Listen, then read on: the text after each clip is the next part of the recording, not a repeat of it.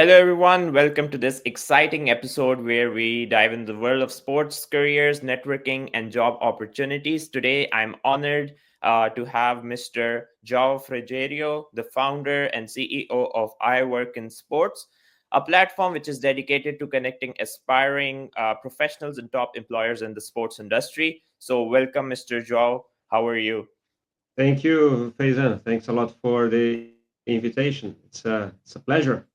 Thank you as well for joining. And as you all know, today we will be talking about working in the sports industry. So we have the right man, a person with so much experience, and he founded I Work in Sports in 2017. So first of all, Joao, I would like to know more about you, since the audience will like to know about your background, how you joined this industry, what motivated you. So, a little bit about yourself will make it really interesting for the viewers. Yes, for sure, Faizan. Again, thanks for having me here in your show. I checked your YouTube channel. It's really, really well done. So, congratulations to that. Congratulations to you. Well, I think I have a somewhat similar story to you, I think. Uh, Very different in a way, but with some similarities. I'm Brazilian, so I'm born and raised in Brazil, and I was a journalist back there. So I started working in the last century, 1999, uh, and I actually did journalism because I was in love with sports. This is what I wanted to do. I worked in the industry there for a bit, in not in sports, but in news. Started doing websites and for big portals, but decided that wasn't really what I wanted. And then I found out um, a master's degree in sports management back then. So it wasn't even known as the FIFA Master, but late after that, it got to be known as what is today known as the FIFA Master, so the International Master in Sport and Humanities, Management, and Law of Sports. So I enrolled in it more than 20 years ago in 2004. And that's when I came to Europe for the first time. Um, so you are doing the goals master. So where did you come from? Where do you come from? Which country? Yes, I'm from Pakistan, You. and yes, just like you, I also was working as a journalist. Apart with my studies, I was covering cricket matches. So yes, it is a lot Oh, there similar you go. to the story of ours. So just to continue. So if you, when you went to Europe to do your studies, it was your first time there coming from Pakistan. It was my first time in Europe when I came from Brazil, but I came in the States. So I did that program, was wonderful, best thing I've done in my life professionally for sure. And I started working in sport right after that. Uh, I joined a company in England called SportCal for a short internship of 3 months. After that, I was invited to work for FIFA for nearly a year before and during the World Cup in Germany. And then when at the end of the World Cup, that the same English company invited me to go back, already with a super offer, asking me to open their branch in uh, in Switzerland. So I joined them for a few more months in England, and I came here. So I moved to Switzerland in 2007. Worked with them for another few years, and then started consulting sport. Decided to do my own thing because Brazil had the Olympic Games, had the World Cup, so there was a lot of need for work and information. And being Brazilian, I could do a lot of work there. Um, and then when I turned my attention back to Europe, to the European market, especially here in Switzerland, in Lausanne, which is the Olympic capital. So the city hosts several international sports federations. I went back to, well, I had been already involved still with the FIFA Master in the Alumni Association for many years. And I got a consulting job with them, tried to help their students to find more opportunities in the industry. And that's when we actually had this idea of creating a job fair, right? In fact, what we did first was actually to go out there to try to look for a career fair, a job fair, so we could take those students. And since we didn't find any, we checked with many of the companies, we checked with FIFA, we checked with the UEFA, with the IOC, and they said that they were also looking for something like that and they couldn't find anything. So basically, I asked them, so if I do one, would you come? And they said yes. So I had encouragement from the companies, from a few other courses, not only the FIFA Masters, we went to rivals, but it's like a sports league, right? You have Liverpool, you have Manchester United, they're rivals on the pitch, but they need to collaborate in some things so they can all grow together, right?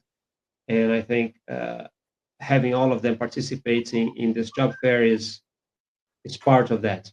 So that's how we created it. And then, if you want, I can tell you a bit more of how it evolved. I will obviously tell you more details how that works.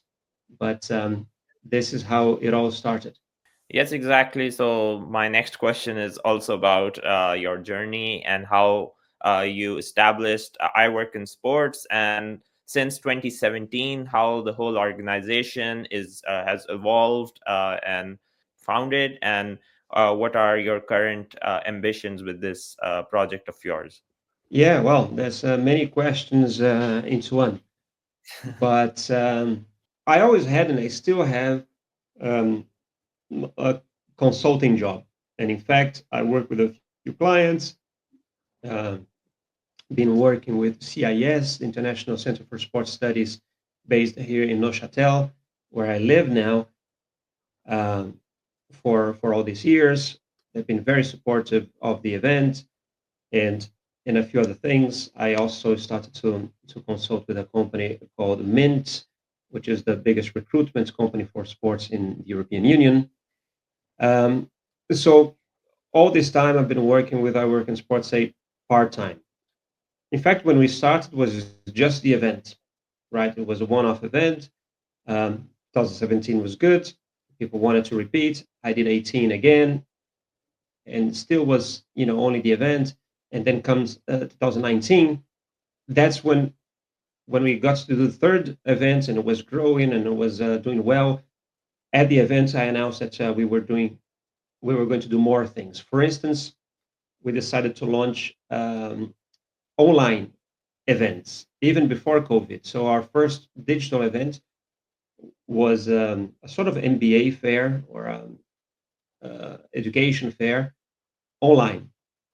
So was funny, and then we started to, and then obviously when COVID came, we did the other events online as well, including the job fair virtually, and we started to create some content, do some interviews, try to give more and more to the audience. So when we started, for instance, iWorkinSport.com was only the website about the event. This is what is almost exactly the same site the same page that you see today when you go to iWorkinSport.com/job fair. Mhm. But then when we created this other events, the virtual job fair, the education expo, and we started to create more and more things and some content, the our vision was to for the company to evolve and become a hub for all things that have to do with recruitment, career growth, and education in sport. So when we're talking about recruitment, obviously the job fair is still our flagship event, but we have a very nice job board at our site, and it's a job board that actually aggregates many other job boards into one. So we don't see all these other job boards as competitors. Our mission is actually to curate and aggregate this content to the audience and guide them where they can go. For instance, well, every year we do that, an update. But if you go to our insights page, you will see a guide with more than 50 job boards in sport that are out there, right? Global, regional, sometimes in different languages. This is one of the things that we do. So on the recruitment side, on the career growth, we have some insights. that sort of a blog that helps the users with their needs. We have a page or a marketplace for career coaches, so people can, if they actually want to be coached individually by some experts, they can some coaches there, things like that. And on the education side, we also work with many academic programs. We promote them. You can find many of them in our website, and we even created a quiz where, if you're interested in finding a program, instead of asking me what you should do, because I don't know all of them, and I don't know what you like, that you need. So you answer about 10 questions, and the AI will tell you what are the best programs for you, depending on what you want. If you want to do short time or long term, if it's online or in person, if it's focused on football or soccer or all sports. I mean, you tell what is it that you want to study, if it's a sports science, if it's communications, if it's marketing, and then it's will recommend the best programs for you. So this is how the company evolved. It went from just being one event on the side to this big portal, this hub for all things related to career, education, yeah, and recruitment. That sounds really interesting and also inspiring. Also, since we are talking about the job market in general, I would also like to know a little bit about the current situation of the sports industry. Like, according to you, what are the current challenges, trends, and how's the job market in sports in right now, post COVID? Like, how do you see the whole market?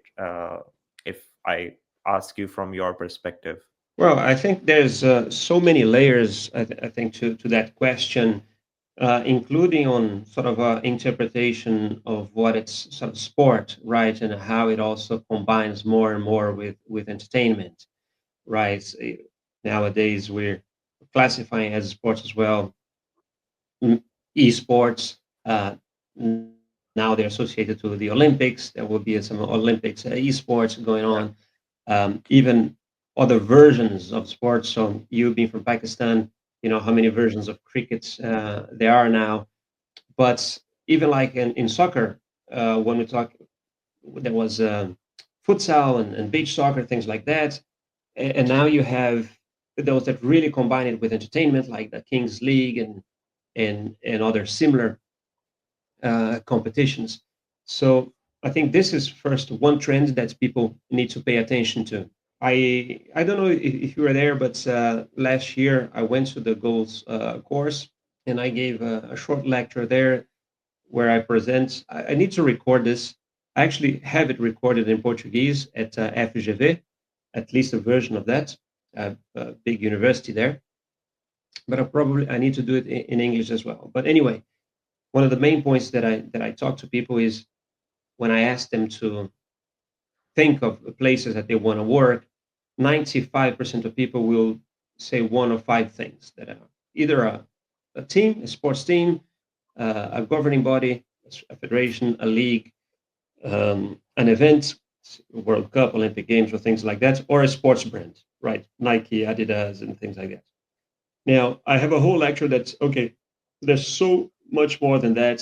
Starting with agencies and uh, some technology companies, broadcasters, um, other types of specialized companies like the ones I started my career. So there's a lot sort of going on there. So if you think how sport is being consumed now, one example that I gave, when we thought of big tech companies like Amazon, we would think of delivery, right? So Facebook would be, or Meta, or Facebook at the time would be social media, right? Amazon would be your computers or your phone, right? Google, you'd be doing search. And nowadays, all of them invest in sports. They are broadcasting sports, and they're doing sort of more and more things on that. So I think this is a trend that people need to pay attention to. It's not only your club, your team, or your federation, or a league that means for you to be working in sport. And if we're talking about that, there's many other things and types of knowledge that are required. Data analytics, it's more and more and more required. Obviously, every company is trying to adopt and use more and more, AI. So anyone that has any sort of skill or knowledge about that may also be ahead in finding a position in sport. But in the end of the day, it really depends on what you want to do, right? Are you People need to understand that all sport business have many of them have the same types of roles that you'll have in other companies. All of them need commercial people, to do sales, and they will need some administration, whether it's HR or anything else, or finance, or you know, obviously, in some types of jobs, there will be specifically right. Not every company will have a competitions department, right, or things like that. But if you're a lawyer, you'll be a lawyer in a sports organization as well. These are maybe some insights, or yeah, things that I wanted to say about whoever's thinking of working in sport.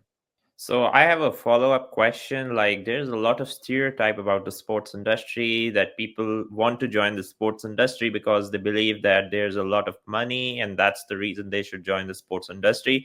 However, in the reality, it's not almost the same. So according to you, people should join the industry for their passion, or do you think there's a lot of financial motivation to join the industry? So what's your take on that? Yeah, first of all, let me tell you, there's no money in the sports industry.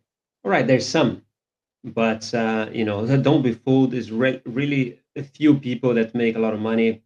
There are some stars that will make a lot of money, and agents, I think, do some good money as well. Then you have some rich people that were already rich from something else, come and join sports for other reasons. Many of them lose money with sports rather than making money. Nowadays, with valuation of clubs and things like that, obviously they are making some money as well.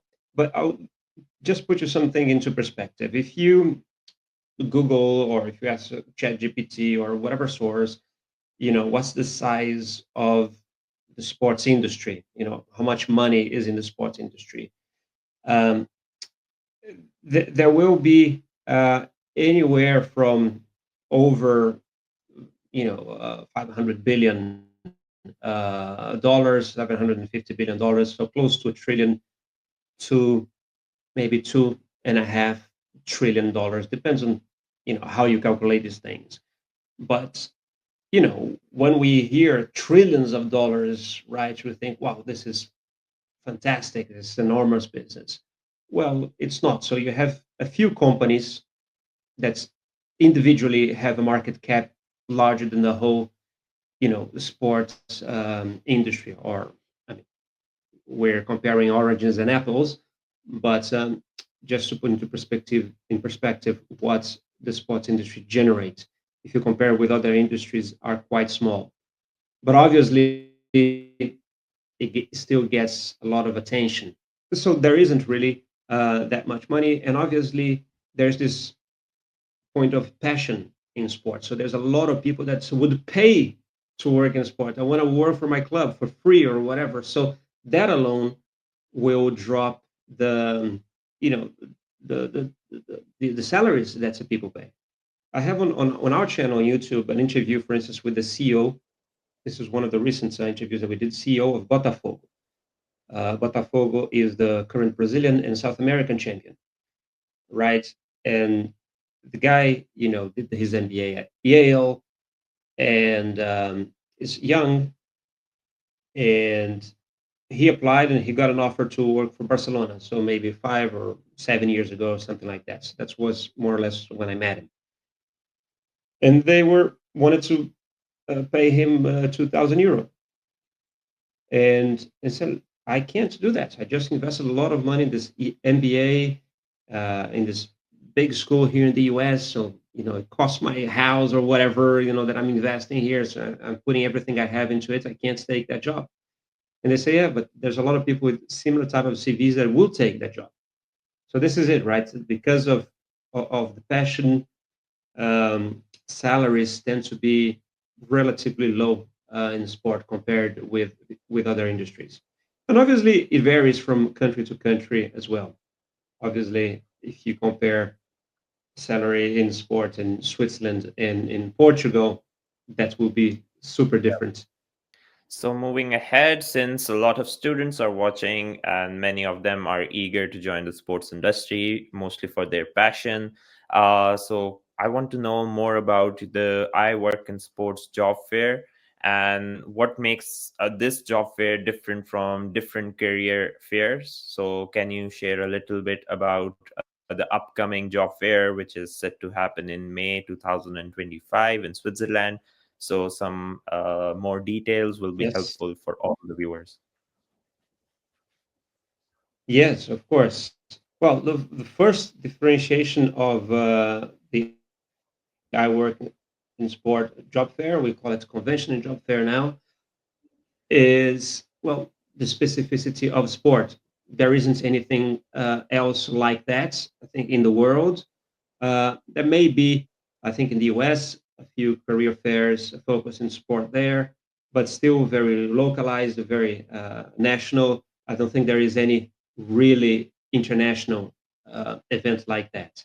Being focused in sport is one thing that is very special, and being truly international is super special as well. Where it happens in Switzerland, and even the companies that are based in Switzerland that participate are very international by nature, right? So if we take UEFA, will be there again, the Union of European Football, the European Football Confederation, if you will, super international.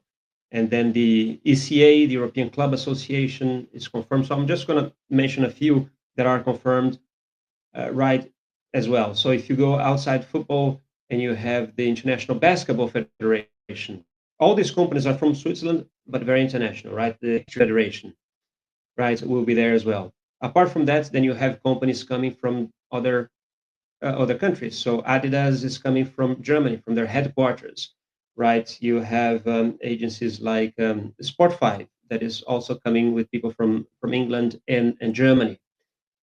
Infront is another agency that will be there. Is they're based in Switzerland, but they're very international. They have offices across the world as well.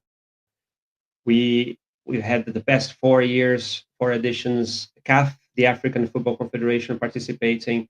So they come from Egypt. They recruited here their um, commercial director, and so on and so forth. We have an event that is based in Brazil and is hosting an event in the US. They will be recruiting people to work in these two events. So outside Europe, we just got a confirmation now from another Egyptian based event that will be there. So it is super, super international. We're talking to more companies and clubs and organizations from across the world. I'll give you one example. There has been many. I'll give you one example of super interesting recruitment. We had once a girl here from Egypt. She was working in Germany actually. So she came to the event. She met a French company that she never heard of, and they recruited her to be their sponsorship director in Shanghai, China. Right. So you can see the type of roles that you find. You will find entry level roles, so from internships to senior roles, head of, even director positions sometimes. What can I say? I will tell you two things: a bit of how it works, right, and also what to expect. Another differentiation from I think other job fairs, at least that I know, candidates just come with their CVs and have quick chats with the recruiters there, and maybe they book something for later. We do it differently. People who register, they will have the chance to post for or apply for jobs and for interviews in advance. So 1 month before the event, companies start to posting real job openings that they will be wanting to interview candidates for, and then you can apply. They will select the candidates, And so many people will get to the job fair already with some uh, interviews booked, right? But one point I want to make as well is you shouldn't, getting a job there your only objective, right? Your only KPI. Because the reality is, although every year we have cases that go there and get jobs thanks to their attendance to the job fair, it's the minority. So imagine that we usually have around 20 companies exhibiting and recruiting at the event, and there will be 250, maybe 300 people or candidates there. Say around 200 plus candidates, which means that if every company hires one person, I can say it's a great result. It's a 100% return. The reality is only 10% of people will get jobs out of that, right? So you, when you go there, you will have the chance to get a job, but it will be very hard. So try to uh, use it wisely, right? The great thing about it is that you'll have the chance to speak directly with recruiters. You need to be prepared for it, but you have the chance to connect with the recruiter. As I said, make this good impression.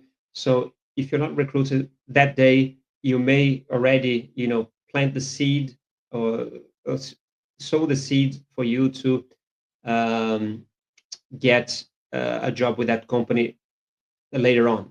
But also, you will learn from those recruiters. I mean, what is it that they're looking for in candidates for you to apply in with them in a next opportunity, or for you to use those learnings that you have there. The companies will present. So, as I said, you'll be talking with the recruiters that might be very useful for you to apply in the future with another company that is not even exhibiting there. So I think people need to consider all that, and not only, okay, if I get a job is a success, if I don't, it isn't, because you do have the chance. There will be, companies will be recruiting there, but as I said, they will recruit a minority of people that will be attending, as anything in life, really. Got it. And so my next question is about those students who are struggling to stand out. Since you already discussed how we can utilize being there, we have to network and everything. But my question is like, what are some of the best ways to improve our experience? Like, what relevant skills we should get or gain exposure before landing our first job? So one way is to, as you said, we can go and network and pitch ourselves. But what are some alternative ways for students who can get some certain skills or something which can help them land their first job? Listen, I think that one skill that is important for both is really preparation, right? Try to do some research. Um, you know, obviously, you need to find sort of the opportunities, but once you do, if you're applying, before you apply for anything, try to do some research and understand what is it that you're applying for. There are many ways that you can do that. So I won't get now too much into specifics of how to apply for any job outside of the context of the job fair, but obviously you can do, some research beforehand, maybe, connect with someone in the company, try to get, not with a recruiter themselves, but even with someone in the company, just try to learn more about it.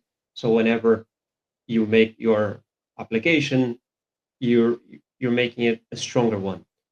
So for the job fair, I think is the same thing, right? What I see is that a lot of people, well, there will be companies that everybody knows about, right? They know what UEFA is, they know what FIBA is, they know what Adidas is.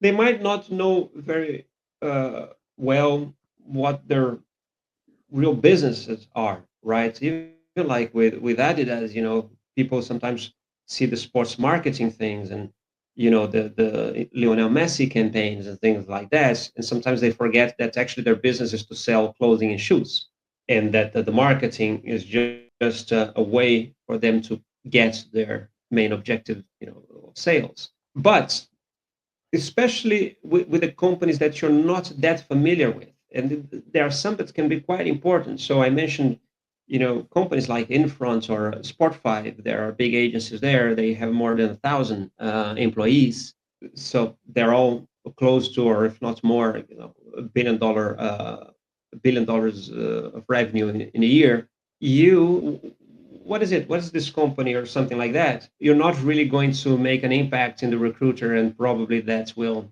sink your opportunities.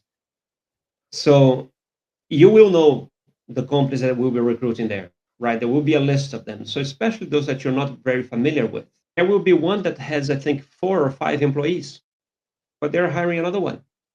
So if you're interested, why not? My company has 4 people, right? And one of them we recruited from the event last year was Muskan, who actually introduced us. Hello, Muskan. I hope you're enjoying this. Right? So she did the Ghostmasters, and she came to the event, and we had to stand there. We're explaining what we're looking into, and she's helping us now. And we are a small company, but we deal with all these, some of the biggest sports companies in the world, and she's part of that now. She's hopefully learning a lot from it, and she'll be able to make some good connections that will help her in the future. But she got the job because she was quite prepared. She did the research before. She knew about us, not only about the events. She did the research. So this is what I would say, right? Try to do some research in advance.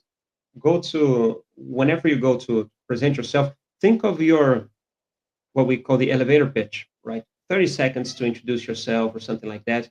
But if you can make it in the context that relates to the company, it's even better, because then they can see, oh, this guy is interesting.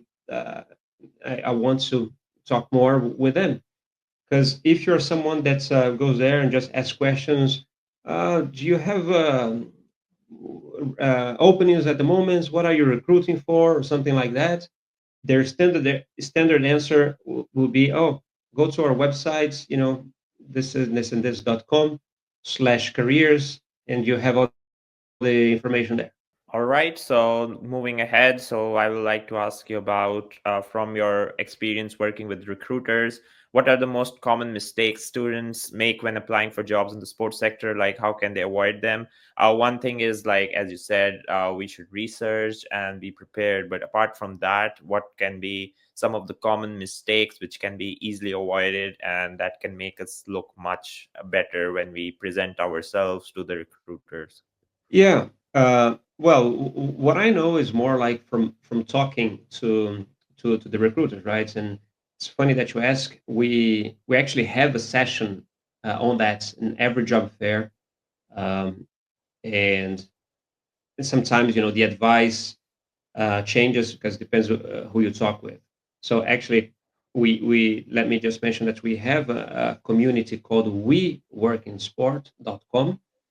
Um, or there's a group on LinkedIn as well, but there's a site where people can actually watch all the presentations from the previous job fair there, and including the panels.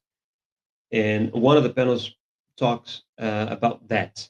Now, so I'm not going to mention many here, but I think one that is probably the most common mistake is that people send in sort of standard CVs, kind of, just a list of things that you did, pretty much like what is listed on your LinkedIn, I'd say.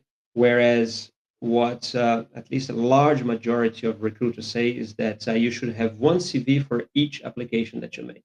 Because if it's not exactly sort of the same role that you're applying for, the requirements are different.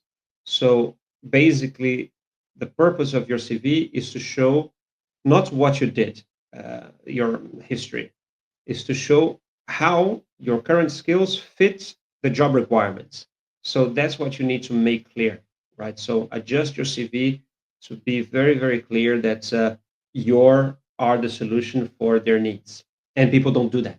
I just have a small follow-up question. So, according to you, in sports industry, what kind of resumes or CVs are more preferred? Like the standard one pagers on Word, or the ones which are made more creatively, like with some colors, with some design, like more made on Canva rather than on a Word document. So, in sports industry, which is preferred more? I don't think there is one singular preference. I think it sometimes depends on the organization, and sometimes even I think within the organization for the role that you're applying, right? So obviously, if you're applying for a creative role, right? Maybe your CV should already show a bit of creativity. Whereas if you're applying, for instance, the volleyball world is currently recruiting for creative slash commercial role, but it has to do with some design or creativity. I forgot the title. I remember that there's a creative in the title. So that same company would probably be expecting a different type of CV than when they recruit a lawyer, right? So I think that you need to take that into account. Can you share some insights into your journey from being a journalist in Brazil to becoming an entrepreneur and consultant in the sports sector? So, how was the transition? Which was more interesting for you? So, if you can share some insights on that. Yeah, I mean, what can I say? As I said, I decided to be a journalist, so I started my journalism university in Brazil. It was 1996, right? And the reason I decided to pursue journalism is I wanted to be paid to go and watch games and talk about it, right? We see people talking on TV, and now more and more, right? So online as well. And they say, "Oh my God, this guy just talks crap." I said, "This is the same thing I talk with my friends at the bar." I said, "I want to be paid to do that," and that's why I decided to do journalism. What happened is when I graduated, I did some work with sport. At some points, I ran one of the first websites or football portals in Brazil. But I started. My first internship was already in an online portal, and I started to work with internet a lot. It was kind of the boom of the internet in Brazil in '99, and there was a lot of watching sort of games, but watching many games at once on several screens and just typing and collecting things from other sources online and using agencies. And I wasn't really going much to games and experiencing sports as I wanted. So I got a little tired. I went and did something else for a bit, um, and then I decided that I wanted to be not reporting sports, but I want to somehow be on the other side, on the management side. And that's when I went and looked for a program. The way I did that was primarily by investing in education, and and there you go. So I think this was my path. In the lecture that I give, usually I also list several ways for you to start working in sport, and it's not one or the other. I think probably is a combination of them, but I did invest in education. It was wonderful, was the best thing for me, but also because my objective in the end wasn't just finding a job in sport. Because the reality is, whenever I tell people, ask me if they should do a master's in sport because they want to work in sport, if this is the only objective, there's faster and much cheaper ways to do it. And the reality is, many people do a master's and then will, out of there, they will get still an internship or a traineeship or whatever. So there are other ways to do it. And volunteering at events is one, right? Interning is another one. Going to events like the job fair is another one, but not only like the job fair. I go to several, I have a job, I do a lot of work and I still go to a lot of events throughout the year in different countries. And because that's a networking part, quite important. I think in every business, but in sport, possibly even more. So there's several ways for you to kickstart a career in sport, and probably a combination of them is the best way to go about it. All right, so moving to the last question. I know I have taken your time already, so let's move to the last question. So I would like to know No, about it's been a pleasure. what are your future plans for iWorkinSports and how do you envision its role in shaping careers within the sports industry in the coming years? So what's your plan you see in the sports industry for next 5 years, let's say? Well, this is it's a good question. I think that there's a few ways for us to go, and I don't know if we need to go one path or if we can go all of them. Since 2017, from the first edition, I've been receiving invitations to organize, other editions of I Work in Sport in different countries, but I decided not to do it yet. Perhaps we'll find the right partners to do it in the future in different markets. We decided to go online. So expanding in terms of number of events is one. We are developing more and more on our community side and trying to provide more content, more knowledge to people, not only during our event, but throughout the year. But we still need to see how we're going to develop that. But I think this is probably one way to go. And the other thing that is new for us is we partnered, as I said, with Mint, which is this leading recruitment agency specialized in sport in the European Union. So they're the first one of its kind here in Europe, and yeah, one of the biggest. I'm now helping them to internationalize. Right, they're still very French based. They're super big in France. We've done as a company, I think, placements in 4 continents and nearly 20 countries. But I think we can expand more and more with that. And I think this partnership collaboration with me and I work in sport makes a lot of sense because we talk exactly with the same people, right? The HR and talent acquisition in sports. The difference is that whenever I spoke with one of them, I had one event that was 1 day a year to offer. And then if they couldn't come for whatever reason, I had to wait 1 year to go back to them and see if they wanted to come to this next event. And now, even if they can't come to the event in May, we, myself and Mint, can still help them any other day of the year. So I've been, people have been talking to me. Why don't you do recruitment? Why don't you do headhunting? You have such a great network of connections or something like that. Was something that I didn't want to do. I have the connection, but I'm not a recruiter. I'm not great to reviewing CVs, to conducting interviews, things like that. But now I think I, partner with a great team who can do that. So this is one way we're already going. That's really interesting. And yes, I have seen Mint as well on LinkedIn before as well. They were known with another name, I think Sports Kari. Hors carrière. So that's a great collaboration, I think, for you. And thank you so much, Mr. Joe. And I look forward to meet you in May as well. And all those who are watching this special interview with you would be also delighted to attend this job fair in May, as it is something which is really interesting and important for all the students who are graduating or joining the job market in this year. So that can be really helpful for all of us. So thank you very much once again. And in the end, if you would like to say something for all the students who are watching and are looking forward to come to this job fair, that would be really nice for all of us. Yeah, well, Faizan, first of all, I want to thank you for your invitation, your hospitality, your questions, your interest.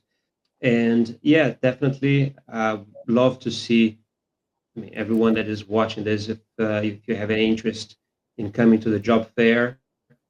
Um, what I can do is to offer to your viewers sort of discount as well. So if you want to post this on your YouTube channel, I'll send you the link where people can register. They can go to iWorkinSport/job fair. I'll create a discount code so you can put in the description of the video, so your viewers can have that benefit as well. So I will be happy to welcome any of them. If they can't go in person, which I really advise that they do, there will be an element online as well, so people will be able to join during the day, watch all presentations online. They will still be able to apply for interviews, and if the recruiters find it's really strong, they can still invite them for an interview, even at a different day online. Although please note that they will give preference to the people that are going in person. But yeah, they might still find it valuable to go online if they can't go in person. I can also invite everybody to join our community. We have a group on LinkedIn, so you just need to look for We Work in Sport, or go to weworkinsport.com as well. And yeah, follow us on LinkedIn, and on YouTube. So make two invitations. One, go to this channel here, Faizan's channel, hit that like button, subscribe, do all that. And then you can also look for iWorkinSport on YouTube as well, and check us out. We have several very nice interviews, and I hope that you enjoy it. But otherwise, if people want to follow us, LinkedIn is the best place to find me. Yes, absolutely. And if you are in the sports industry, keeping track of all the happenings in sports related to job fairs, sports events, all those interactions is really important to network. As we say in sports, the better network we have, the better employability we have, and more opportunities we can get. So that's always important when it comes to this industry. So, once again, thank you so much for joining, and all those who are watching today can learn from all the wise advice we got from Joao. And all the best to everyone for their studies, as well as for their interviews if they have any in the next few days. So, all the best. Thank you very much, and good luck. Thank you.